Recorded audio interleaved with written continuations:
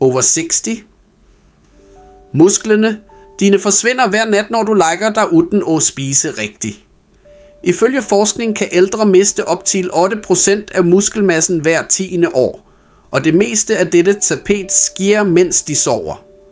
Ifølge en studie publiceret i Journal of Clinical Nutrition sker det meste af det 8% muskeltapet, som opstår hos personer over 60 år, mens de sover. Men her kommer det skræmmende. Hvis du ikke gør noget, vil musklerne dine allerede have reduceret med 0,2%. Efter at have set denne filmen, vil de bedste matvarerne og de 8 mest effektive matvarerne at spise før sengetid, rangeret efter vigtighed, blive afsløret i denne videoen. Ifølge en opsigtsvækkende studie fra 2024 øgte ældre, som spiste denne ene matvaren før sengetid, selv uden fysisk aktivitet, sin natlige muskelproteinsyntese med 22%. Videre er 99% af ældre uvidende om, at en enkelt diæt kan genoprette op til 60% af tabt muskelmasse. Vi skal snakke om nogle opsigtsvækkende nye forskningsresultater. Du er ikke i nærheden af at være for gammel til at blive stærkere, men før vi begynder, fortæl os i kommentarfeltet, hvor gammel du er. Lad os gå ret til matvaren, som kommer på 8. plads på listen hvor. Det er enkelt, ofte glemt, men likevel vigtigt for at beskytte musklerne dine. Nummer 8 er cottage cheese. Selv om det kanskje ikke høres spændende ud, er cottage cheese en game changer for ældre, som ønsker at opretholde muskelmassen. Det er den høje koncentrationen af caseinprotein, som gør cottage cheese så speciel. Casein brydes ned gradvis i modsætning til myse, som forårsager en rask øgning i blodet og deretter forsvinder. Casein frigør aminosyre gradvis over en periode på 6-8 timer. Det er derfor perfekt før sengetid, når kroppen har været uden næring i flere timer. Hytteost fungerer som en langsomt virkende plaster, som holder blodet fuldt af byggesteinene musklerne trænger for at leve og genopbygges, mens du sover, når muskelnedbrydning sker naturligt. En studie publiceret i British Journal of Nutrition undersøgte muskelgenopretning hos ældre personer, som spiste 30 gram casein før sengetid, sammenlignet med personer, som ikke spiste noget. Resultaterne viste en øgning på 13% i muskelproteinsyntese over natten. Dette indikerer, at cottage cheese-gruppen opretholdt muskelmassen og til og med øgte den, mens kontrolgruppen mistede muskler. Det er betydeligt, specielt for ældre mennesker, som driver med intens modstandstræning, men likevel ønsker at bevare styrken og bevægelighed. Cottage cheese bør spises 30-60 minutter før sengetid. Vælg cottage cheese med lavt fedtindhold og uden tilsætningsstoffer for at reducere unødvendige kalorier og tilsætningsstoffer. Hvis smagen er for kedelig, kan du tilsætte nogle bananskiver eller en klype kanel. Frugt og naturlig sukker hindrer dig ikke i at sovne, og kalium hjælper musklerne at slappe af. Tag en halv kop først og se, hvordan kroppen reagerer, da den indeholder tryptofan, som frigøres sagte og også hjælper folk at sove. Nogen rapporterer, at de føler sig varmere og mere rolige efter at have spist det. Til trods for sit uddatede udseende er cottage cheese en af de bedste måder for ældre at bevare muskelmassen over natten. Det er billigt, let at fordøje og naturligt laget for at holde musklerne næret, når kroppen er i hvile. Denne ene matvaren kan være årsagen, hvis du har vågnet trægere end normalt, følt dig svag eller smertefuld. Nummer 7. Hardkogte æg, specielt for sengetid. Hardkogte æg er en af de mest kompakte og næringsrige muskelbeskyttende matvarerne, du kan spise. De tilbyder mere end bare førsteklasses protein.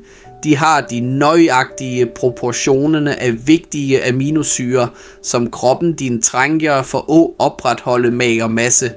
Ældre bør være specielt opmærksomme på dette, fordi kroppen deres bliver mindre effektiv til bearbejdet protein efter 60-årsalderen. Selvom du spiser de rigtige næringsstofferne, vil musklerne dine ikke reagere, hvis kvaliteten ikke er høj nok.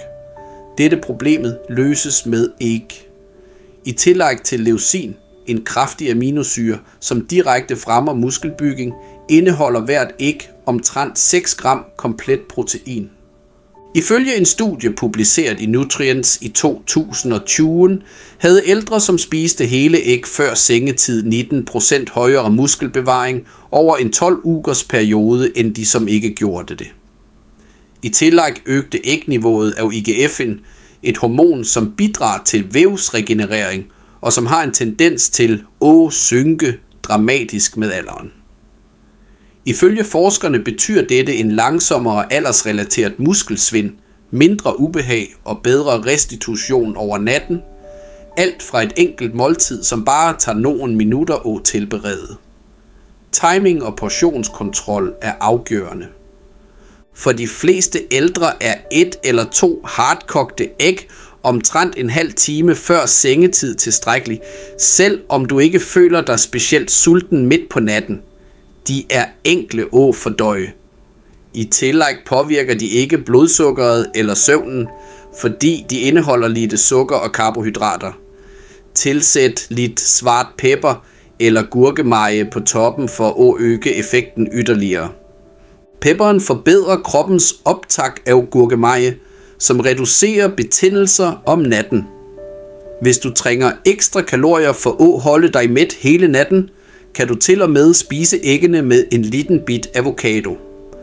Hardkogte æg er en af de bedste måderne for ældre, som har problemer med at spise, eller som ikke liker at spise store måltider ret før sengetid, at få i sig sundt og effektivt protein. De er små, mættende og fulde af energi, som sparer muskler. Styrken din opretholdes af mere end bare det, du spiser om dagen. Æg giver musklerne akkurat det, de trænger, og det er det, du giver kroppen din, før den lægger se. 6. Tunfisk i olivenolie. Selvom det kanskje ikke virker som et vanligt måltid før sengetid, er denne proteinrige fisken utrolig effektiv for at opretholde muskelmassen hos ældre.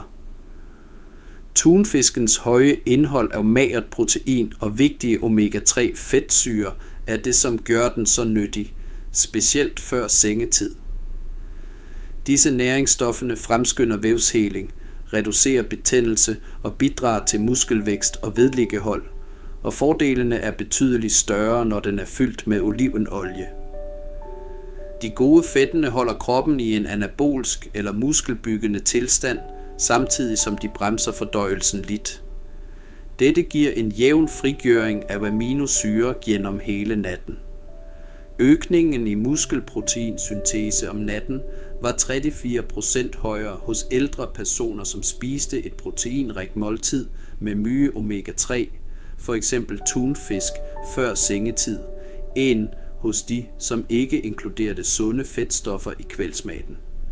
Ifølge en studie fra 2020 publiceret i American Journal of Clinical Nutrition var olivenolien specielt vigtig, da den forbedrede antiinflammatoriske indikatorer i blodet og øgte optaget af fedtløselige elementer som vitamin D. Dette betyder bedre muskelbevaring, raskere restitution efter søvn og mindre ubehag om morgenen. Hold dig til tunfisk i olivenolie i stedet for vand for at tilberede den rigtigt til dette formålet. Olien fremmer natlig helbredelse og bremser fordøjelsen. Hvis du trænger noget, som gør dig mæt, kan du tage omtrent en halv boks og spise den med fuldkornskjeks eller nogle skiver agurk. For at give smag, kan du også tilsætte en klype havsalt eller lidt citronsaft. Undgå stærke saucer som majones ret før sengetid, da disse kan forstyrre søvnen og give opblåsthed. Leucin er en aminosyre, som fungerer som en udløser for muskelbygning, og tunfisk er en af de bedste naturlige kilderne til denne aminosyren. Leucin bliver desuden specielt vigtig for ældre, da kroppen trænger mere af det for at opnå samme respons som hos yngre personer. Sarkopeni, aldersrelateret muskelsvind, som rammer millioner af ældre, kan forebygges ved at få tilstrækkelig søvn. Bare af den grund er denne matvaren blandt de enkleste og smarteste valgene, du kan tage. Tunfisk og olivenolie bør være en fast del af kveldsrutinen din, hvis du virkelig ønsker at vågne stærkere i stedet for svagere. Det giver rent protein uden at belaste fordøjelsessystemet, like myge, som større måltider, fremskynder restitution og reducerer betændelser. Det er effektivt, stærkt og nyttigt. 5. Græsk yoghurt. Selvom det kan virke som en enkel snack, er græsk yoghurt en af de mest omfattende og effektive matvarerne, ældre kan spise før sengetid for at beskytte musklerne. Blandingen af calcium, naturlige probiotika og langsomt fordøjelig protein gør den unik. Græsk yoghurt er fuld af caseinprotein, som fordøjes sagte og støtter muskelreparation gennem natten, fordi den er silet for at fjerne overflødig væske. I modsætning til vanlig yoghurt giver den kroppen din en jævn strøm af aminosyre i op til 7 timer efter at du har spist, og det er akkurat det aldrende muskler trænger mens du sover. Forskere gav ældre personer en proteinrig græsk yoghurtsnak før sengetid i 6 uger som en del af en klinisk studie, som blev publiceret i Frontiers in Nutrition. Sammenlignet med personer, som ikke spiste i det hele taget, opdagede de, at deltagerne havde 26% højere muskelproteinsyntese om natten. Endnu mere interessant var det, at de påviste øget mitokondriel aktivitet i muskelvævet, noget, som betyder, at cellerne ikke bare kom sig raskere, men også producerede mere energi dagen efter. For ældre, som lider af træthed om morgenen eller muskelsvaghed efter søvn, er dette en stor sejr. Spis omtrent en halv kop naturel, usødet græsk yoghurt 30-45 minutter før sengetid. For at maksimere fordelene, undgå de smagsatte varianterne, som ofte indeholder myge tilsat sukker og kan hæmme helbredelsen. Tilsæt en dråbe vaniljeekstrakt, lidt malt kanel eller nogle skiver jordbær, hvis du trænger lidt smag. Det er enkelt, raskt og fuldt af alt kroppen din trænger for at genoprette, reparere og opretholde styrken mens du sover. For det 4. Tilsæt gurkemeje i varm mælk. Det er ikke bare en sengetidstradition at drikke varm mælk. Det kan være et kraftigt muskelbesparende tilskud for ældre, specielt når det tages sammen med gurkemeje. Tryptofan, calcium og højkvalitets caseinprotein, som findes i mælk, fremmer dybere søvn og muskelrestitution om natten. Kurkumin, et kraftigt naturligt antiinflammatorisk stof, som fremmer ledhelse og reducerer muskelnedbrydning, tilsættes gurkemeje. Når de kombineres, udgør de en af de bedste drikkende at tage ret før sengetid for at opretholde styrke og reducere betændelse. I sammenligning med de som fastede, oplevede ældre voksne, som drak den lille proteinrige drikken før sengetid, en 32% øgning i muskelproteinsyntese over natten, ifølge en studie fra 2022 publiceret i Nutritional Neuroscience. Deltagerne rapporterede også reduceret stivhed og morgensmerter efter at have tilsat kurkumin i kostholdet, noget som tyder på, at muskel- og ledvævet var bedre beskyttet over natten. For ældre mennesker, som føler sig svage eller ømme bare af at sove, er dette afgørende. Denne drikken er enkel at lage. En kop mælk varmes op til den er varm, men ikke koker. Helst økologisk eller A2-mælk for bedre fordøjelse. For at forbedre optækket, tilsæt en klype svart pepper og en 1/4 tæske malt gurkemeje. Hvis du ønsker lidt sødhed, kan du også tilsætte en liten mængde honning, men det er bedre at holde det moderat for at undgå unødvendige blodsukkersvingninger. Omtrent en halv time før sengetid, tag en rolig slurk. Mens mælken begynder at tilføre aminosyre, som musklerne dine vil bruge til reparation i løbet af natten, hjælper den varme væsken med at berolige nervesystemet. Plantebaseret mælk som mandel- eller havremælk kan bruges, hvis du er laktoseintolerant, men sørg for, at den indeholder ekstra protein og er beriget med calcium. For at få det nærmeste alternativet til mælkeprodukternes muskelbeskyttende egenskaber, bør du se efter alternativer, som indeholder ærte- eller sojaprotein. Den bedste videnskabelige dokumentation for at opretholde muskelmasse hos ældre, specielt over natten, kommer imidlertid fra mælkeprodukter. I tillæg til at give kroppen næring, forbereder denne drikken hormonerne og hjernen på en god, dyb søvn. Det er denne kombination, som gør den så effektiv. Musklerne vokser, når du hviler, restituerer og giver kroppen de nødvendige grundlæggende næringsstofferne. De vokser ikke under træning. I tillæg kan denne gyldne drikken være et kveldsritual, som gør hele forskellen for ældre, som ønsker at holde sig stærke uden brug af kosttilskud eller drastiske diæter. Mandelsmør kommer på 3. plads. Selvom mandelsmør kan virke som bare et dejligt pålæg, er det faktisk et næringsrigt, langsomt fordøjeligt kosthold, som bidrager til at opretholde muskelmasse og forbedre søvnkvaliteten. Denne kombination er uvanlig og kraftig for ældre. Mandelsmør er specielt, fordi det indeholder en kombination af magnesium, vitamin E, plantebaseret protein og sunde fedtstoffer, som fremmer muskelreparation og restitution om natten. Kroppen din trænger jævn energi for at fortsætte at bygge sig op, mens du sover. Mandelsmør gør dette uden at forårsage et insulinfald eller sukkerstigning, som kan forstyrre søvnen din, noget som er en vigtig indikator på muskelbevaring. Natlig nitrogenretention forbedrede sig med 17% hos ældre personer, som spiste en lille mængde mandelbaseret fedt før sengetid, ifølge en studie fra 2020 publiceret i Nutrients. Stresshormonet kortisol, som bryder ned muskler om natten, blev fundet at være lavere i samme studie. Dette indebærer, at mandelsmør hindrer musklerne dine i at blive ødelagt, når du sover, i tillæg til at give dem næring. Du trænger bare at tage en spiseske en halv time før sengetid for at få nytte af fordelene. Hvis du vil have mere fiber, kan du smøre det på en skive fuldkornstoast. Hvis du prøver at kutte ned på karbohydrater, kan du spise det uden tilsætninger. Ved at reducere nervesignaler, fremmer magnesiumet i mandler også dybere søvn og muskelafslapning. Ældre, som slider med rykninger, rastløse ben eller uregelmæssige søvnmønstre, vil have nytte af dette. Bare sørg for at købe naturlig mandelsmør, som er fri for hydrogenerede olier og tilsat sukker.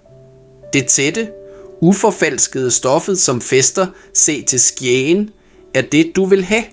Ikke den højt bearbejdede, godterilignende varianten. For ældre mennesker, som ofte vågner midt på natten og er sultne, er mandelsmør vældig gunstig. Det giver musklerne jævn energi fra sengetid til frokost på grund af fedt- og proteinsammensætningen, som holder blodsukkerniveauet i balance i flere timer. Ikke prangende, men effektivt. Denne cremete fyldingen kan gøre mere for musklerne dine en halvparten af kosttilskuddene på markedet, hvis du prøver at opretholde styrken din etter 60 år. Det andre er surkirsebærjuice. Ikke alt surkirsebærjuice er en populær helsedrik. Med bare et glas er det en af de bedste måder for ældre at reducere muskelubehag, fremme muskelhelbredelse om natten og forbedre søvnkvaliteten. Det er den høje koncentrationen af naturligt forekommende stoffer kendt som antocyaniner i sure kirsebær, som skiller dem ud. Disse kraftige antioxidanter reducerer betændelse og oxidativ skade i muskelvæv. For ældre er det en game changer, siden kroppen etter 60 år har vanskeligere for at eliminere celleskadene, som akkumuleres i løbet af dagen, og hvis de vedvarer, vil musklerne aldrig komme se helt. I sammenligning med en placebogruppe rapporterede personer over 50 år, som drak surkirsebærjuice før sengetid, op til 30% mindre muskelsmerter og 15% mere effektiv søvn, ifølge en studie fra 2019 publiceret i tidsskriftet International Society of Sports Nutrition. Forskerne tilskrev resultaterne melatonin, et helt naturligt søvnhormon, som findes i surkirsebær, i tillæg til de betændelsesdæmpende egenskaberne. Bedre søvn bidrager til længere dybe, restaurative søvnfaser, når væksthormon frigøres og muskelhelbredelsen er på sit højeste. For at få fuld effekt bør man drikke 100 og 20-100 og 80 ml usødet surkirsebærjuice 30-45 minutter før sengetid. Kontroller, at produktet er mærket som 100% surkirsebær og ikke sødt kirsebær eller et produkt, som indeholder ekstra sukker. Før du lægger dig, bør du undgå at øge blodsukkeret. Du kan tilsætte en skvæt citron for at forbedre smagen eller fortynde saften med lidt vand, hvis den er for sur. Ikke overdriv. Kroppen trænger bare en lille mængde for at starte helbredelsesprocesserne. I tillæg fremmer denne drikken ledhelsen og reducerer symptomer på ledgigt, noget som er afgørende, hvis du mister muskelmasse rundt smertefulde led. Den beskytter også mod muskelsvin. Kemikalier, som kan øge under stress eller urolige nætter, vil også berolige nervesystemet og sænke kortisolniveauet om natten. Dette kan være den manglende komponenten for ældre, som vågner op udmattet eller ømme, selv efter at have tilbragt hele natten i sengen. Naturlige matvarer, som hjælper dig med at sove raskere, sove længere og genoprette musklerne samtidig, er vanskelige at finde, men surkirsebærjuice gør netop det. Og ved at starte med bare nogen få deciliter i kvælt og indlemme det i kvældsrutinen din, er dette en af de enkleste metoderne for at fremme langvarig styrke og uafhængighed. Førsteplads, Whey Protein Smoothie. Ingenting slår en premium Whey Protein Smoothie før sengetid for at forhindre muskelsvind efter 60 år. Essentielle aminosyrer, specielt leucin, den vigtigste udløseren for muskelproteinsyntese, findes i store mængder i whey-protein. Kroppen bliver mindre følsom for protein, når du bliver ældre. Vi kalder dette anabole resistens. Det betyder, at du trænger mere af rigtig type protein for at bevare din nuværende muskelmasse og genoprette tabt muskelmasse. Valleprotein løser dette problemet. Det fremmer rask muskelvækst, absorberes raskt og hjælper til med restitution i løbet af de første timer af søvnen. Effekten af at give personer over 65 år en drik med 40 gram valleprotein ret før sengetid blev undersøgt i en klinisk studie fra 2020, som blev publiceret i American Journal of Clinical Nutrition. Resultaterne var forbløffende. Over natten oplevede deltagerne en 22% øgning i muskelproteinsyntese, øget styrke og forbedret funktionel ydelse ved gange og balance. I tillæg blev tegn på muskelnedbrydning om natten reduceret. Bare ved at drikke shaken vil du få stærkere muskler over tid, mindre stølhed og mere styrke om morgenen. Omtrent 30-60 minutter før sengetid. Bland en ske premium whey protein isolat med vand eller usødet mandelmælk for optimal effekt. Undgå muskelbyggende produkter og sukkerholdige proteinblandinger, da disse kan forårsage blodsukkertopper og forstyrre sund søvn. For længerevarende energi kan du kombinere det med en halv banan eller en lille ske mandelsmør, hvis du ønsker en tykkere drik. Det er vigtigt at bevare letheden, fordøjeligheden og det rene proteinindholdet. Hvis du er laktoseintolerant, bør du vælge Whey Isolate. Hvis fordøjelsen er et problem, vælg hydratiseret whey. I tillæg fremmer whey-protein produktionen af væksthormon og IGF-1, mens du sover, som alle er essentielle for at forbedre restitution, styrke bindevæv og reparere muskler. Ældre, som slider med svaghed, fald eller forsinket restitution efter fysisk træning, bør være specielt opmærksomme på dette. Selv om du ikke er sulten, er det enkelt at lage en proteinshake. Rundt 60-årsalderen forsvinder ikke musklerne dine bare i løbet af dagen, de brydes også ned, mens du sover. Men rigtig kveldsmat kan ændre dette. De 8 rettene i denne videoen er videnskabeligt støttet og kan hjælpe dig med at holde dig stærk. Jo mere konsekvent du er, jo bedre resultat. Hvad spiser du før liggetid? Fortæl os i kommentarfeltet og abonner for flere helsetips.